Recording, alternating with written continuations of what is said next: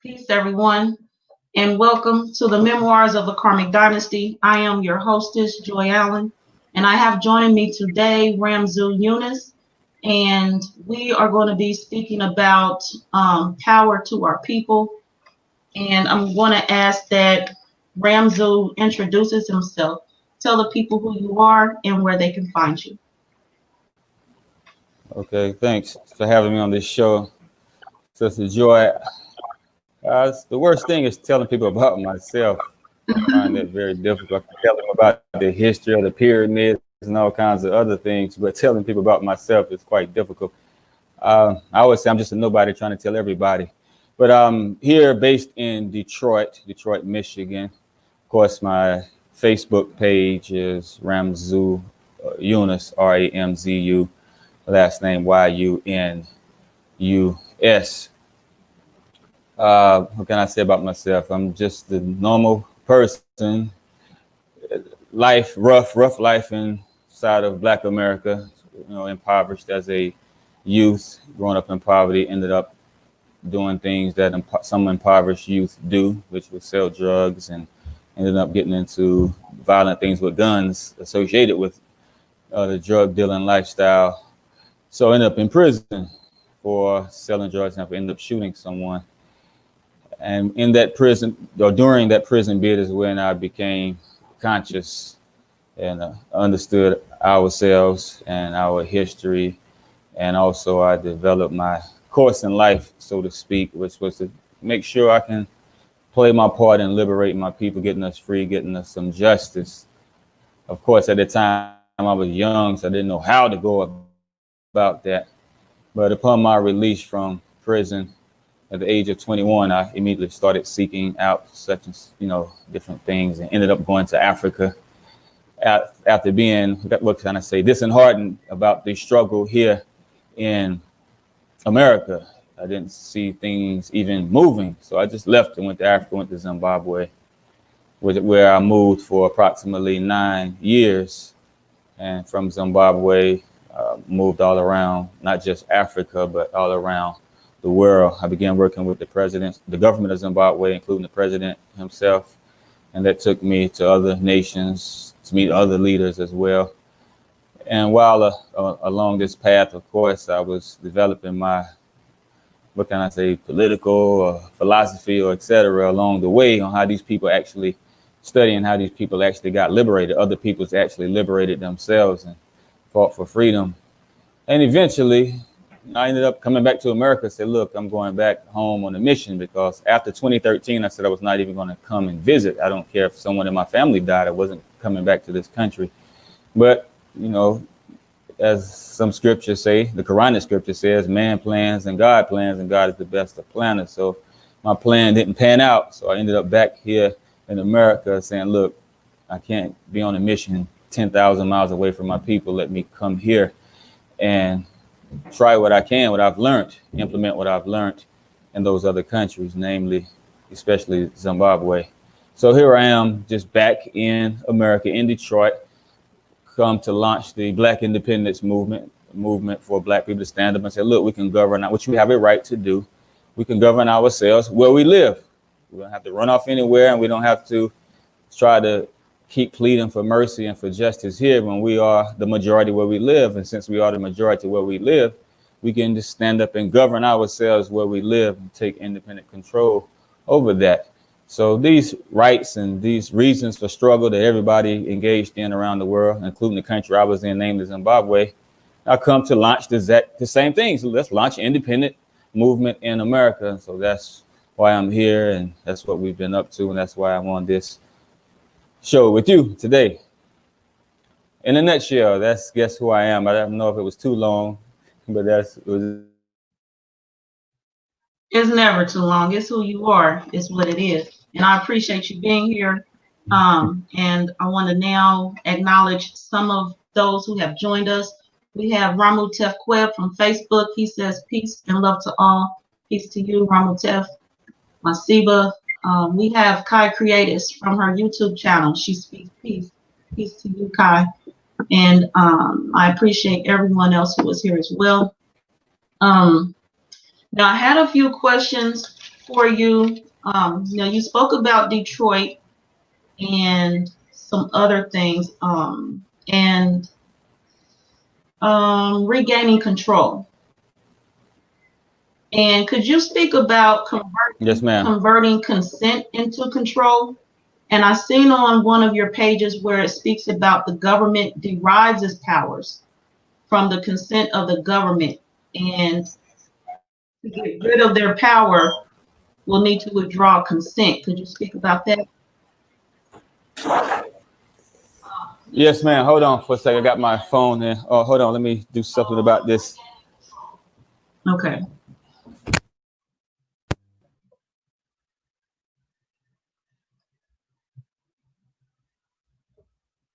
So while he does that, I'm gonna share these photos of him because he spoke about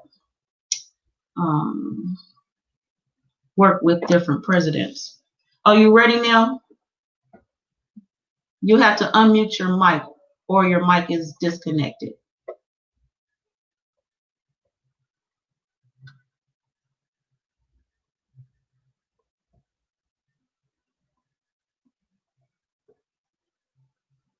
Okay. So I cannot. There you go. Hear me now? Yeah. All right. Okay, what was the question? You were going to speak about converting consent into control. Yes, ma'am. Well, of course, we're in America, so the American principles apply. American law apply. But these principles that work everywhere in the world, and as the Declaration of Independence, which founded this country, the document that founded this country, says, government derives its power from the consent of the governed.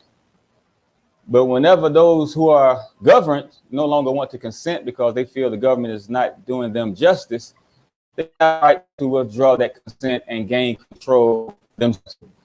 That's a human right, an international right as well. The will of the people shall form the basis of the authority of government. We find it also in constitutions that all political power is inherent in the people, and whenever they deem it necessary for their safety and happiness, they can alter or abolish the government. So it's all based on the consent of the people. And they do, we allow it to happen. Mm-hmm. So it's consent of the government.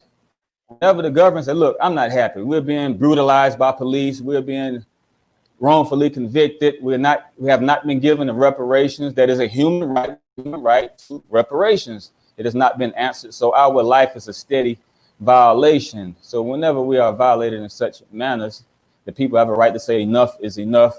We will withdraw our consent from being violated. Until we withdraw our consent from being violated, that means everything that happens to us is what we allow. We are consent. Go ahead. Yes. Murder us, police. Go ahead. Wrongfully convict us. Go ahead. Leave us in poverty, a condition that we've inherited since slavery. Go ahead and leave us in this condition because we consent to it. Once we choose to no longer live in those conditions, it's a matter of just withdrawing our consent, as the people in many countries have done, even in the past 10 years. Egypt, the people stood up and said, we don't consent to the government. The government failed. Tunisia, the same year, the people stood up and said, we don't consent to you anymore. So they withdrew their will from the government. The government had no more power. It failed. Last year, Puerto Rico, same thing. Even recently, a couple of months ago in Seattle, Washington, those people in Seattle, Washington stood up in that city and said, look, you no longer have our consent. You no longer have the authority that we, the people who have the power, granted you. So the mayor and the whole government of Seattle folded under the people's control. The mayor abdicated her position and said, look, the people don't want me. They are the ultimate authority. They don't consent to me. So I'm out of here. She left her position. The city council left their position. They even gave the city hall over to the people. And Trump chimed in and said, you better take your city back or I'm going to come and take it for you. And the mayor of Seattle and the governor of Washington told Trump he couldn't do that and that he couldn't even take Washington, D.C. back if the people decided to take over that city, because it's all a matter of consent. And once you have no consent from the people, you have no authority.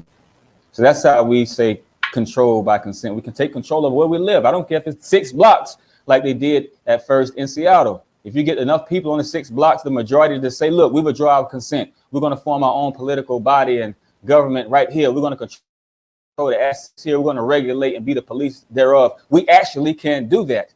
But it's something that we are not familiar with as Black people. Of course, we are so demoralized. Anything that has to do with taking control and power, we automatically reject it. Thank you. But that is the move that we're proposing. Very good. And I know you spoke briefly about your global alliances. Would you like to elaborate on those? In particular, the alliance with the Zimbabwe and Venezuela?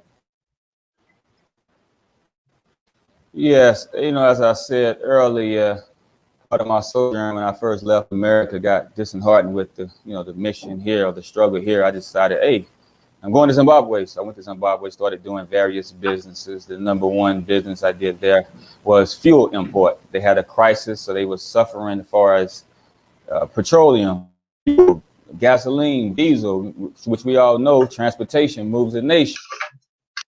So fuel is the nation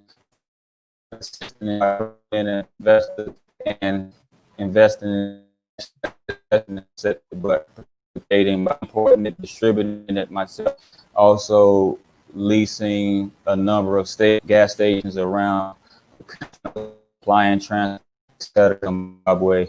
It led to me working personally with the president's office, and from the president's office doing different deals. I can't say too much about it, but we were dealing with other countries. And so I went in representation of the president. I went to other countries and met leadership in other countries. And that's why some may see my cover photo on Facebook as a picture of me and Chavez. But if it wasn't for Mugabe and working for him and representing his office, then I would not have.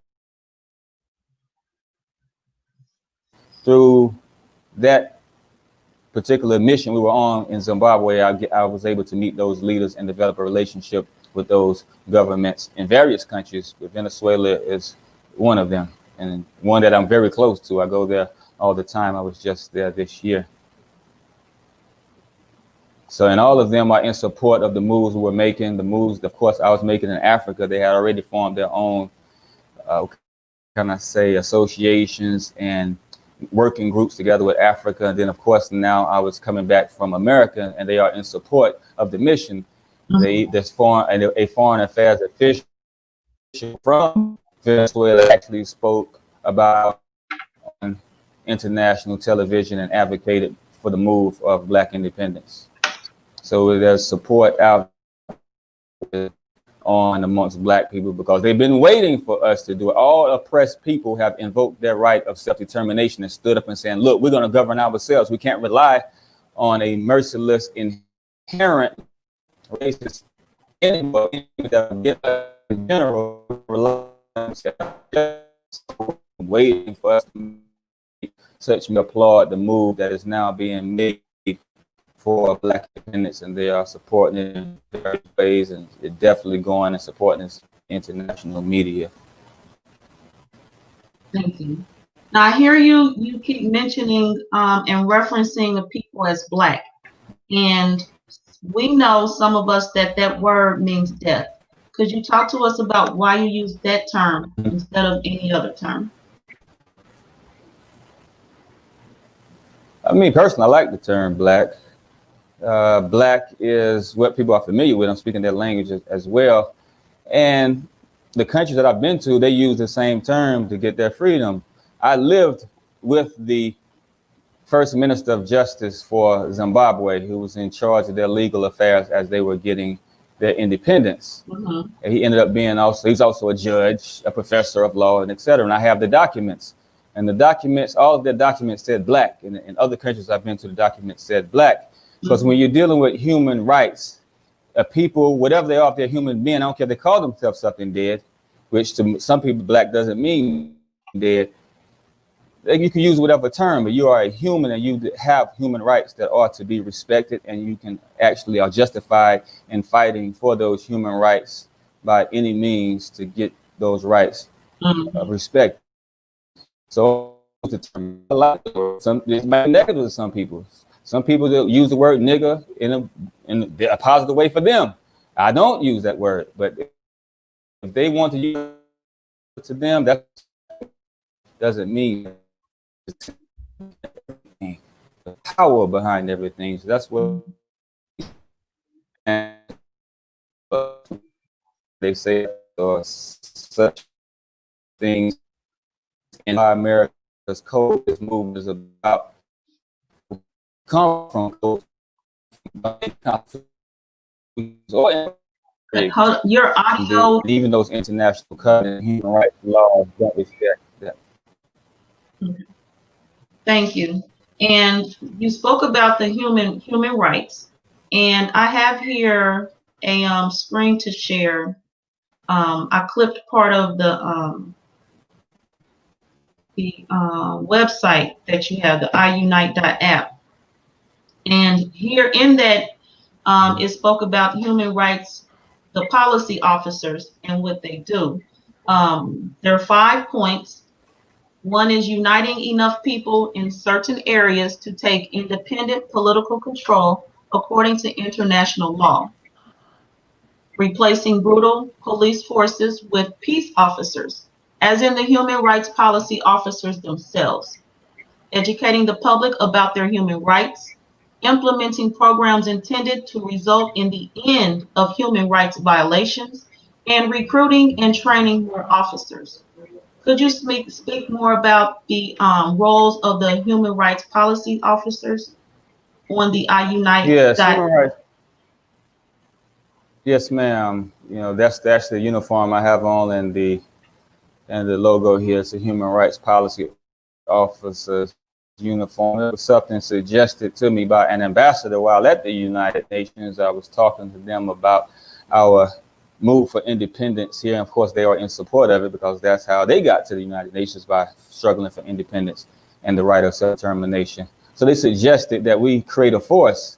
It's in our right and a must that we create something to secure.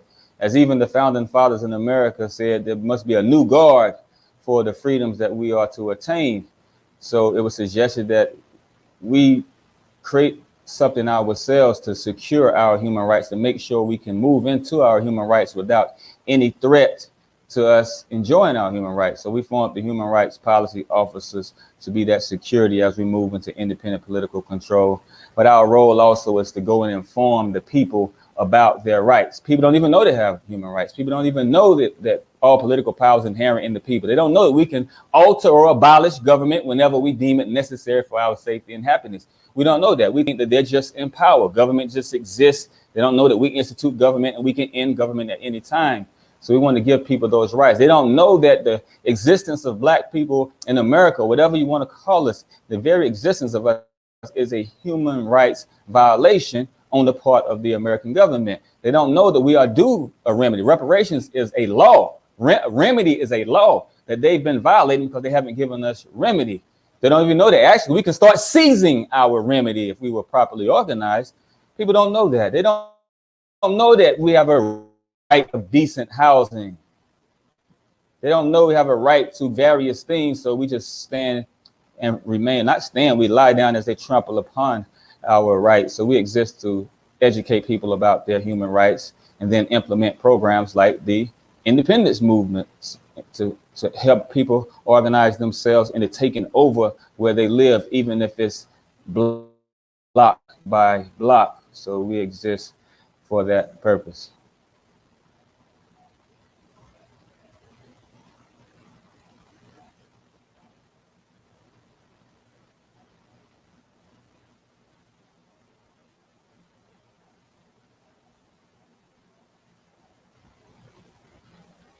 I'm not hearing anything. I see you talking, but I'm not hearing anything. Apologies. I was saying that I studied the www.iunite.app, and I see that you are a trustee. I also saw that there are 3 additional trustees. Could you speak about your role as a trustee? Yes. Oh, there are many trustees. We just put a few on the site for aesthetics or whatever you want to call it. But a trustee, meaning like people who manage the affairs and help usher in things, are trustees. People trust us to perform for them. A government employee is a trustee, a governor, a president, a mayor, etc. These are trustees. And even some of our political documents over here in government documents, we call those positions trustees. People trust, and have a number of trustees all over. We invite everybody to be a trustee for their community, someone for their community to look up to and to implement what we have in mind to be implemented, such as reparations, free housing, exonerations, etc. So we are trustees in that way. Thank you. And also I wanted to share this slide, and it's on that same website. And we're going to be speaking about these points as well a little later. We have the reparations at www.reparations.app, free housing at www.freehomes.info, criminal exoneration at www.dropcharges.com, human rights officers and counsel at www.humanrightspolicy.us, and the social site at team.reparationsbank.com. Would you like to speak in detail about any of these? Yes, ma'am. Thank you. Well, reparations.app or reparationsbank.com is our reparations wallet. It's like a digital wallet for us to transact our reparations.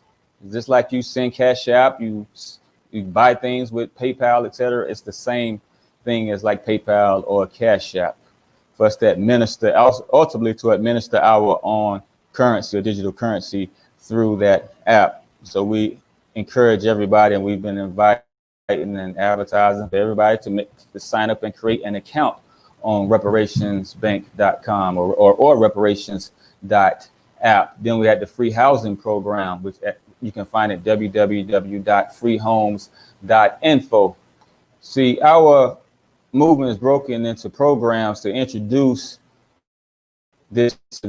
introduce the good news, so to speak, to the people. We don't go to the common people who are suffering and say, hey, join us so we can be our own nation with nationalism ideals. People don't respond to ideas of nationalism. They can care less. They respond to a meeting of their needs or their aspirations, survival mode right now, actually. So if you can take them out of survival mode or give something to alleviate them who are suffering, the people who are suffering, then they respond. So we come with programs like free homes. We started this here in Detroit, and in many cities it's the same, but here in Detroit there's hundreds of thousands of empty properties. Those properties belong to the people, so let the people know, look, you can sign up, you can have these properties if we take political control. So register for these properties. At the same time, you're registering also to stand up and take control. And once you take control, now you're already listed down to receive the properties of the area that we take control over. So we have that free housing for people to go and register for homes, because we will be executing a free housing program. We're speaking as if we have power, because we will have power. Also, you find the site drop charges as we are transitioning to another site as we speak for dropping. We're going to exonerate our people. So we just came with programs and different sites to answer the needs of our people, and we approached them at those angles. We didn't approach our people at an angle of just being nationalists and having our own nation, because our people care less about it. That we approach our people at the angle of taking them out of the desperate situation that we are in. So we launched those sites to introduce, then through those sites, introduce people to the idea of governing yourself, the idea of independence.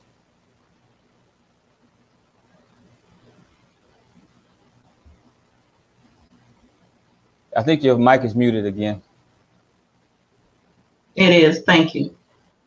So next, from the reparations website you have, I wanted to share this that I had up here already from the because you mentioned the reparations bank. So at Mhm. www.reparationsbank.com is where this article can be found. And let's see here. It speaks about African Americans across America are rejoicing and downloading the Reparations Wallet app upon hearing the news of the bank-breaking commitment by Venezuela and Iran, a commitment that the facilitator of the deal likes to call mutual humanitarian intervention, as the United States government is a human rights violator of all concerned parties at home and abroad. And Yes, here, ma'am. continue, please. Yeah, I want to speak on that article. Yeah, that article was originally released by Motor City News. That was just a copy and paste on the website. The Okay. title of the article is a little bit off because it's not $600 billion in reparations from Iran or Venezuela. We just made a deal with those countries to transact in over 600 billion plus worth of fuel products, which we will utilize to repair ourselves. So it's not them giving us anything besides a business deal. But of course, we can't even engage in that business deal because those countries have been placed under sanctions by the United States. So we still have to have our own control, political control, in order to engage in those business transactions with those countries. So that's the deal with Venezuela and Iran. And I see here in the article your name often, and it speaks about you you being determined to take the movement for reparations through self-determination nationwide instead of just focusing on Detroit. Could you speak about your efforts to have this movement be nationwide? Yes, well, of course, we started in Detroit, but the movement gained popularity everywhere, all over the nation. So the ultimate aim was to make an example out of Detroit, which we are back doing right now because we have enough people to actually make that example here in Detroit of independence, starting with independent autonomous zones. But initially, we were just focusing on Detroit. Now the popularity spread, and we decided to take it beyond Detroit and have others organizing in their cities to do the same thing. Because of course, we are approximately about 1,200 majority Black cities and areas around America, and everyone can't move to Detroit. So we just helping people to organize the same moves in their cities nationwide. And we're still focusing, especially right now, on just creating an example. We have enough population that have consented and are down with the program to make an example, a successful example here in Detroit. Then others can follow.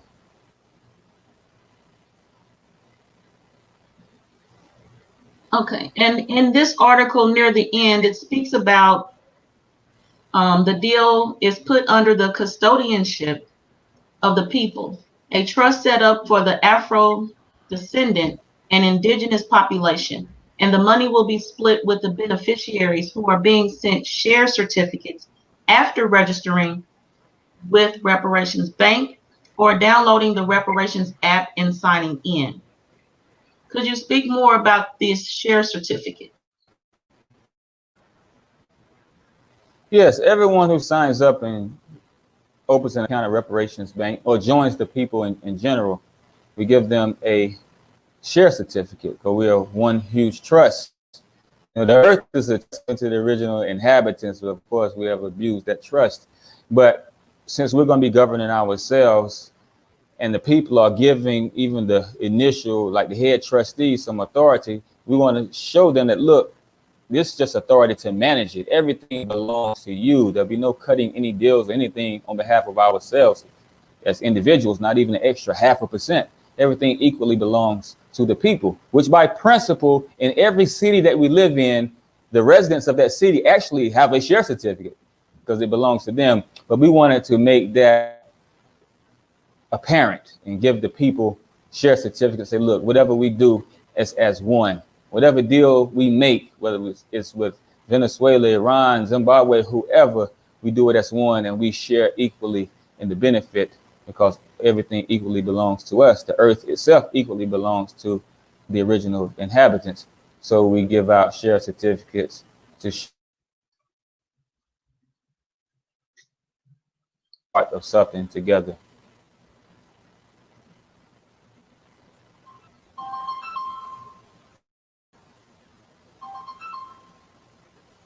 Thank you. And here we have the reparations, which you've already spoke about. It's defined on the www.reparationsbank.com. In jurisprudence, reparation is replenishment of a previously inflicted loss by the criminal to the victim. Monetary restitution is a common form of reparation. Reparations for slavery is a political justice concept that argues that reparations should be paid to the descendants of slaves born from sub-Saharan Africa who were trafficked to and enslaved in the Americas as a consequence of the Atlantic slave trade. Some of the indigenous inhabitants were abused and enslaved as well, so qualified. International law states that those who have suffered from human rights abuse, such as slavery, have a right to remedy.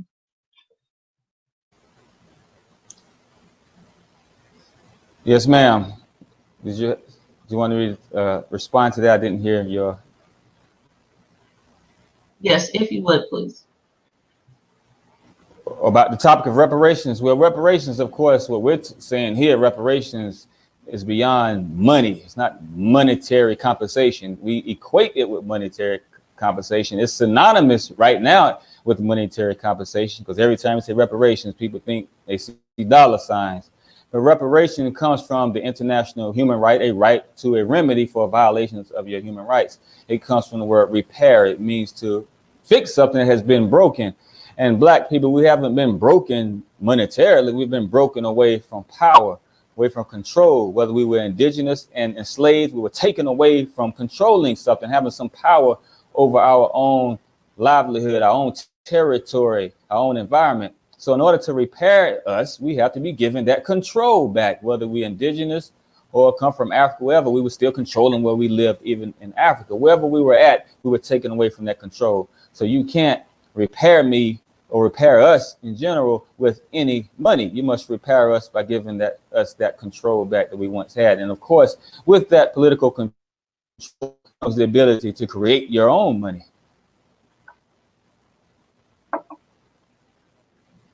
So when we say reparations, we mean repair in that way. We're not going to accept any money and still be under the control of someone else. Exactly. Thank you for that. Also on the page, it speaks about these steps. And step 1 mentions reading the International Covenant on Civil and Political Rights. And there is a link here that can be found as well. And this is a human rights document, the top law of the world, and is what we are standing upon, though the same principles are found in local law, namely Article 1, which explains self-determination.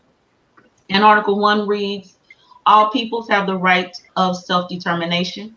By virtue of that right, they freely determine their political status and freely pursue their economic, social, and cultural development.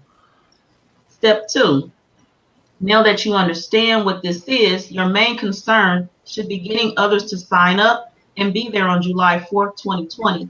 The reparations can actually occur before July 4th if people sign up fast enough. Political power is a numbers game, so go out and spread the word.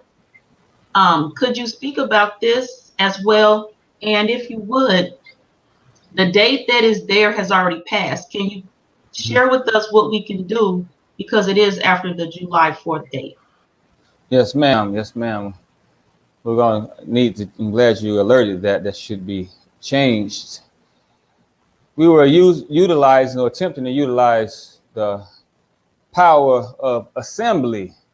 When you have assembly, then the public will, if it's a large assembly, the public will becomes evident. You don't even need ballots. Many nations have failed just in the past decade alone by the assembly of the people. If you read some of even our state constitutions, if we want to take it down to this level, it said, I'm in Michigan, the Michigan state, and I'm from North Carolina. Their constitutions say the same. The people have a right to peacefully assemble, to do three things: to consult each other for the common good, to petition for the redress of a grievance, which is like protesting and demonstrating for a grievance like police brutality, etc.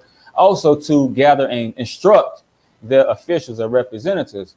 We've always gathered to consult or to protest. We've never gathered to instruct, to use the power of the people. We've only gathered to validate the power, the false power that the authorities seem to hold, or we think they hold, but they never hold power anyway. But so we've been calling on that assembly for July the 4th to utilize that power of that assembly. But now, just since the assembly was not well attended in most cities, we say, no, it's still not over, because this is a matter of consent. We just want everybody to have enough. We just want to have enough mass appearance or mass participation that it's evident. You don't have to go and do no ballots or anything like that. You see what the people's will is. So now we're going to, or we are not going to, we're taking it house by house, street by street, block by block, and getting our people to consent. So look, you consent to this. We have a consent form, a withdrawal of consent, and consent to a council amongst ourselves, even if it's a council from that block itself, or those few blocks or area itself, to govern themselves inside of international law, even as well as local law. But we're talking about international law, to become independent, legitimately independent, like a state or independent nation. You need three components. You need a territory, a defined territory. You need a governing body, as we call ourselves, trustees or council members. And you need the consent of the majority of the population. So now, say for instance, one street, one block, if you get that's the territory, majority of people, that's the consenting population, and you have a governing group of people on that block. That block itself now becomes autonomous and under the control of the people once they withdraw that consent. So we're going block by block, withdrawing consent from the system and setting up a time zone. And another reason for us as human rights policy officers, we have to stand guard of those zones so they can really and actually function as autonomous zones and independent areas until we take the whole city. But if we're not in a majority black city, you can stay with your 5 or 6 blocks as you took autonomous. You can stay with the east side, west, south side, or much of the city that you dwell in as a majority, as black people, that we dwell in. So that's what the move is now. July the 4th is indeed has gone and passed. That was the day of self-determination, the day that the founding fathers themselves chose to invoke their right of self-determination and answered nature's call, their duty, not their right, their duty to throw off British government and govern themselves. So now it's time for us to answer that same duty, not just right. It's a duty for those who are treated wrong to stop what's treating them wrong. Mm-hmm. What fool or what kind of person would sit there and just allow themselves to be abused unless they indeed are dead and can't respond? So that's what July the 4th was. And now we're going forward with our autonomous zone initiative and going block to block, autonomizing our areas and our cities. Very good. Now, also, while I was online in Google, I saw some other things, of course.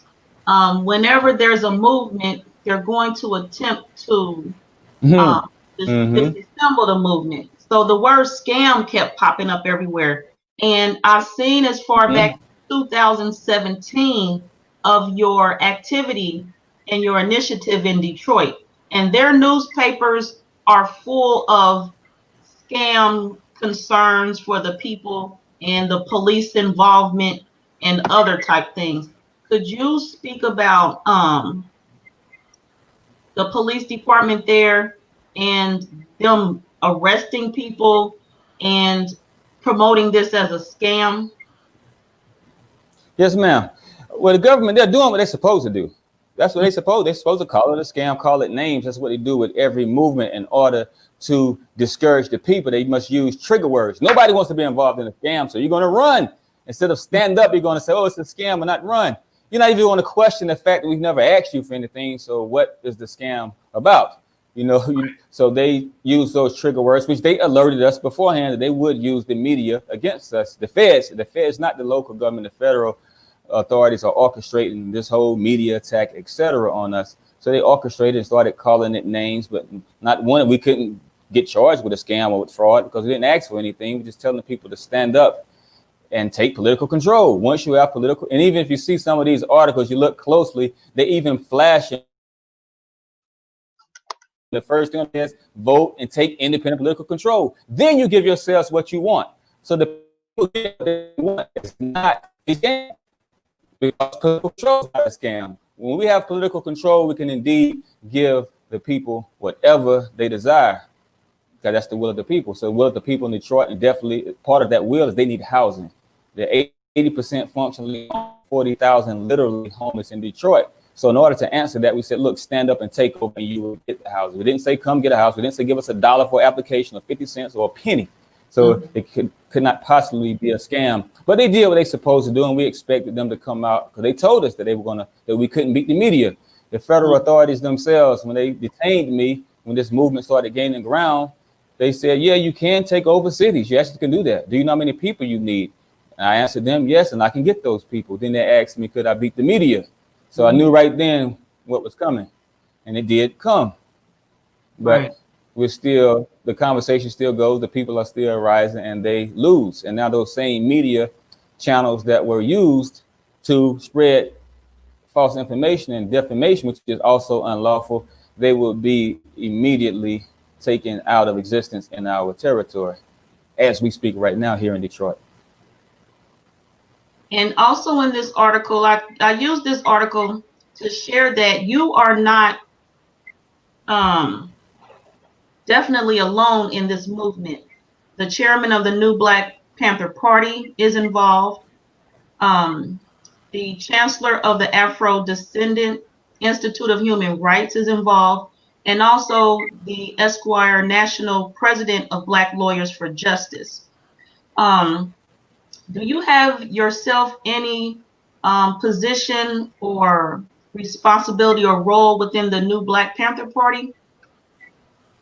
No, besides there are my brothers and comrades struggling for liberation of Black people, are my brothers and comrades. Of course, I know them very well. The leaders of the new Black Panther, chairman, is a great friend of mine.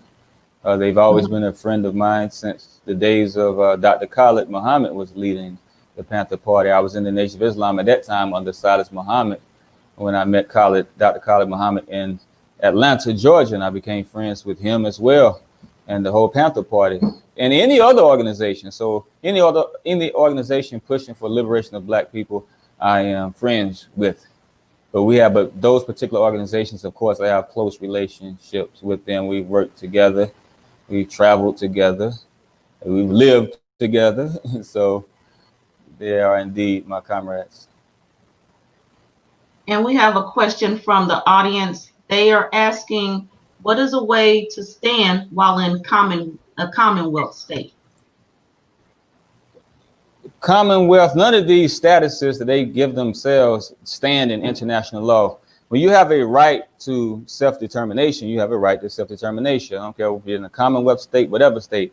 A Commonwealth state is part of the system of colonial oppression and colonialism, and also of occupying force. So that occupying force has no standard. I don't care what they call themselves, Commonwealth state, exclusive wealth state, whatever. They have no standing whatsoever because they are belligerent occupiers, and their very existence is unlawful in international terms, in international law. So in the Commonwealth state, we do the same thing we do in every other state. We just stand up and say we're invoking our right of self-determination. And whoever stands up, now that group has the power or the authority granted by themselves, by the people, to govern where they live. So Commonwealth or whatever state doesn't matter. And here I'm sharing the iUnite.app. So when people go look for this, this is the page you'll receive to get additional information. And could you speak about? Yes, go ahead. Go ahead. Go ahead. Now I want to let people know they see the various nationalities, people around the world on that I Unite site, because it's bigger than us. Of course, we are the spearhead here in America, but we are indigenous to this planet. We're everywhere. And of course, everything is based on what happens here, because this is the superpower of the world that controls the affairs and afflicts people all over the world. So, and if you scroll down, you definitely see others from other countries, other nations that are part of this movement. People in Venezuela, people in Africa, people in Europe, black people, that's Asia. They are all part and parcel of this movement. There's a brother right there. You see him with President Evo Morales right there, brother Fidel. He's in Venezuela. He's part of this movement as well. And there's Evo Morales. So we was going to see President Evo Morales some months ago, but as soon as we were getting ready to go see President Morales, they overthrew him. But he's in support. All of these people are in support of what we are doing. Okay. Yeah, and here's some more of the trustees as well we spoke about. Yes, there's brother Huey. He's in UK. He travels to Africa often and relates with different leadership there, especially in West Africa, everywhere. And there's brother Abdullah, so we got various people everywhere. And also, I mentioned earlier the arrests that were taking place in Detroit. Are the people being arrested even today? No, there was no arrests. Oh. At first, we first launched this thing, there was some false arrests, arbitrary arrests, as the mayor and them. They asked me to stop the event. When you see that many thousands and thousands of people gathering, you know your time is up. So you're gonna beg for mercy, which they did. Kept telling me to stop. Let's have a meeting. They told me 3 times. Then the police chief came up to me and said, "Look, if you don't stop it, we're gonna stop it and arrest you." He told me that 3 times as well. And I told him 3 times as well. I was raised in jail. I was raised in prison. So I'm not afraid of prison. So indeed, they arrested me and put me in. But that was only a couple of arrests that day. Most of them were just free. They were just arrested to put on a show. But I was the one that was kept. Wow. But as of the 2018 and the rest of the gatherings, they didn't arrest us, because they had no grounds for arrest. They were just acting desperately. When you see all those people gathering to take over your city, you're going to act in desperation. I see that. Let's see. And also, I saw that there was a cease and desist issue for the bank. Could you talk about that as well? Yes. Issue the cease and desist. That's why we did come up with reparations.app as the site name, but still we're not using it as a bank. So there's nothing. I got the full paperwork. That's just an article, I think, but I got the full paperwork where they're trying to dig up anything to get us on legal matters, as they do all movements, try to find some tax violations, etc., so they can destroy you based on that.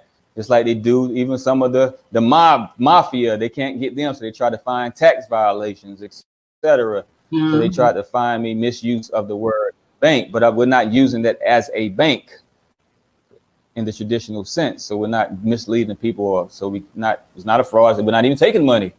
We're implementing and giving money to the people with power that we have. So definitely, it is not a valid order.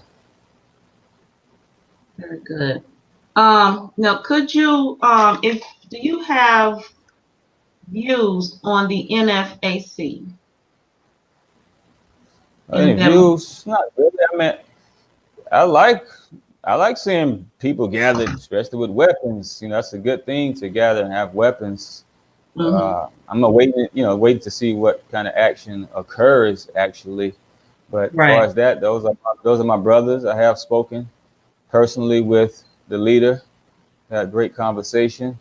So they are, I like seeing what they're doing, what seeing them standing like that, but I have no other comments. Just, of course, we wait as everybody waits. They're waiting to see what I do. So we're waiting to see what they do. We're waiting to see what actually results, because none of us yet have attained the justice that we are.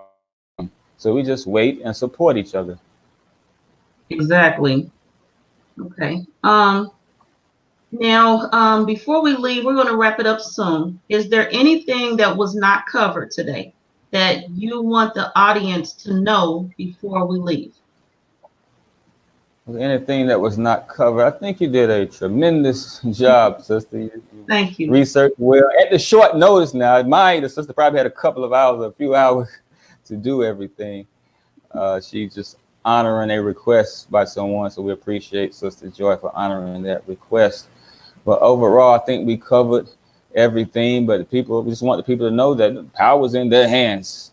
We're not an organization. We're not trying to build an organization. I don't believe in building an organization. I believe in organizing to take over an organization. That organization is the government. Take over governing yourselves. No organization, nobody just builds themselves to be an organization. Besides Negroes, now Black people in America, we build this organization. We'd be happy to have a strong organization for decade after decade after decade after decade after decade after decade after decade after decade, and still haven't attained any freedom. So we're not existing. We're not here to I'm not trying to recruit people to join my organization so we can have a big organization. I'm here to recruit people to stand up for themselves, and let's take authority and take control as we can and as we should, to give ourselves justice, but not just to give ourselves justice, to stop the death, to stop the murder, to stop the afflictions that we suffer from, so we can live with peace and freedom and have justice and prosperity. Definitely. And yes, as Ramzu Yunus has mentioned, he was referred to me to appear here, and he was referred to me by D Calico. Any of you who are familiar with D Calico, here is the information for his Facebook, YouTube channels. And D Calico actually refers a lot of people to my channel, so I'd like to take this time to recognize him for his efforts.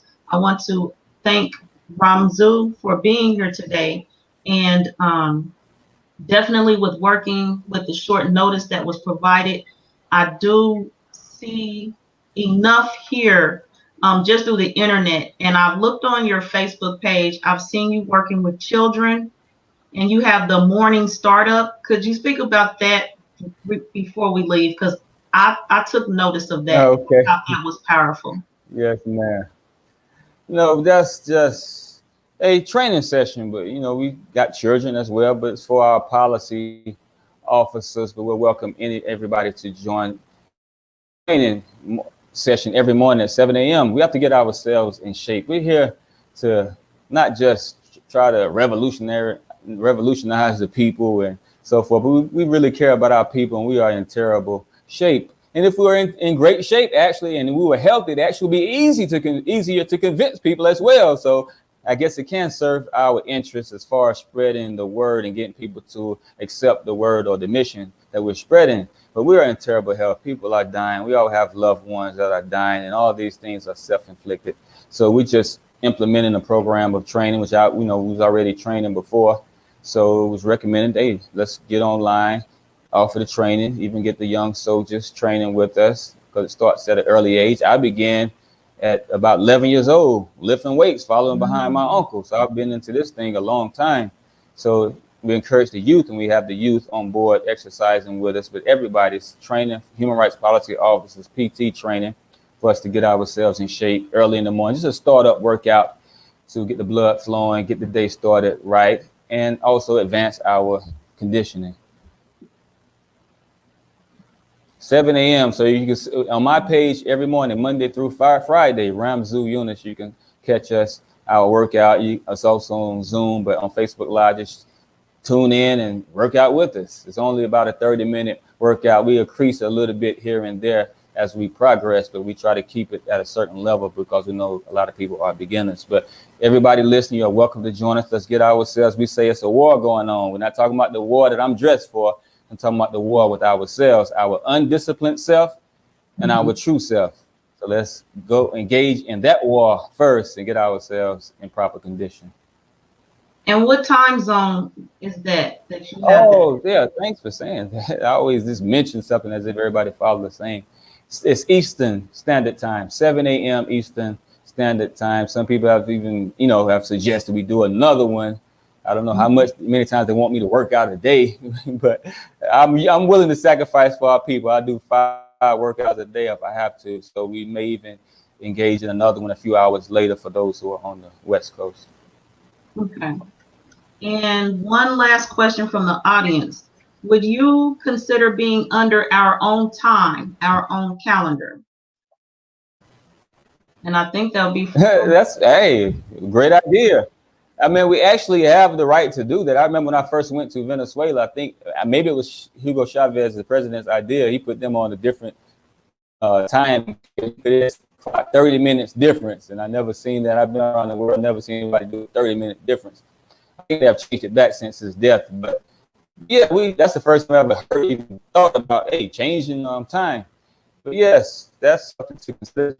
But you have to consider other elements that go along with that to synchronize it with the rest of the world if we're going to be engaging in global economics, etc., like that, things like that. But yes, that's definitely something to consider our own time, because we know everything been orchestrated by people not in tune. So a lot of things that we follow must be put back in tune. So that includes the time. It's great suggestion.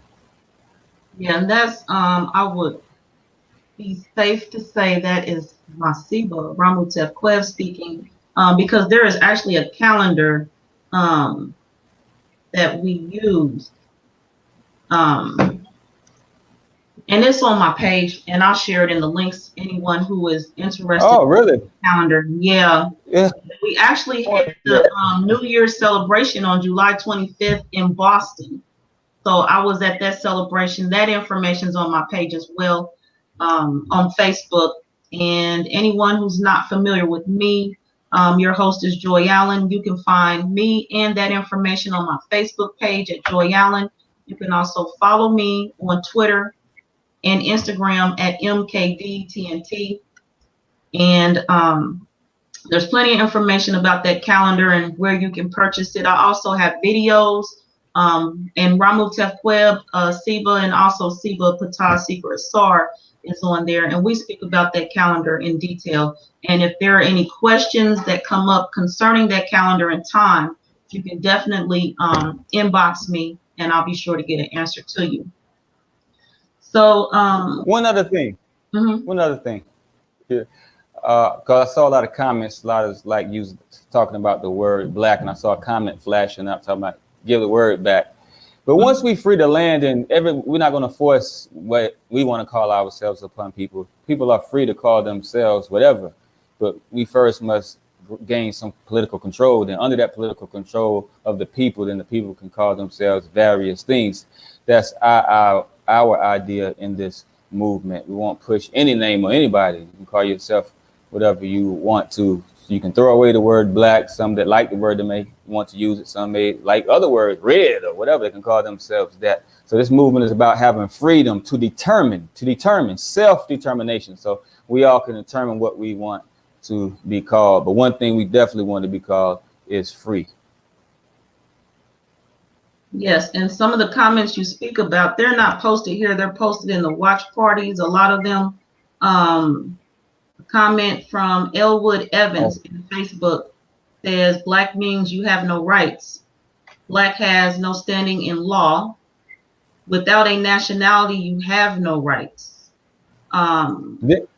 Yes, man. Those things right there, those are from people who don't understand rights. They don't understand international rights. Does not come from terminology. Rights does not come from constitutions. Rights are not granted by even international covenants, international law. Rights precede all of these things. So everybody that we're the only ones talking about these terminologies and are not free. The countries I've worked with, they use the term black and they are free as they can be. So that is incorrect. But if you're trying to interpret codes inside of somebody else's system, then that's meaning you're subjecting yourself to that system that may feel that way. I'm not subjecting myself that way. Indeed, the people of South Africa, they had terms that gave them no power, but they were not going by. And Zimbabwe and other countries, South America and Asian countries, they were titled things that gave them no power. But when it comes to human rights and the right to self-determine themselves and independently govern themselves, those codes were irrelevant. Those statutes or laws were irrelevant. And those people, indeed, all of them gained freedom, gain independence using the same terms that those colonial racist governments and regimes had deemed unpowerful or without power. So everybody holds power regardless of that. So I know some people would like to interpret that, but I would suggest them study law, study people who have actually gotten free, and see that they actually implemented or executed their freedom and their power using these same terms we think hold no power. Power is not in the term, power is in the actions in you. And what will you do to perform and execute that power that's inherent in you? So let's get to work, brothers and sisters. Let's skip the terminologies, etc. You have a right to be free. You have a right to fight under whatever name you may call yourself or whatever name they may call you. You still exist as a being that's born free and have a right to be free. You have a right to be free. And I appreciate that closing remark. We're going to end here today.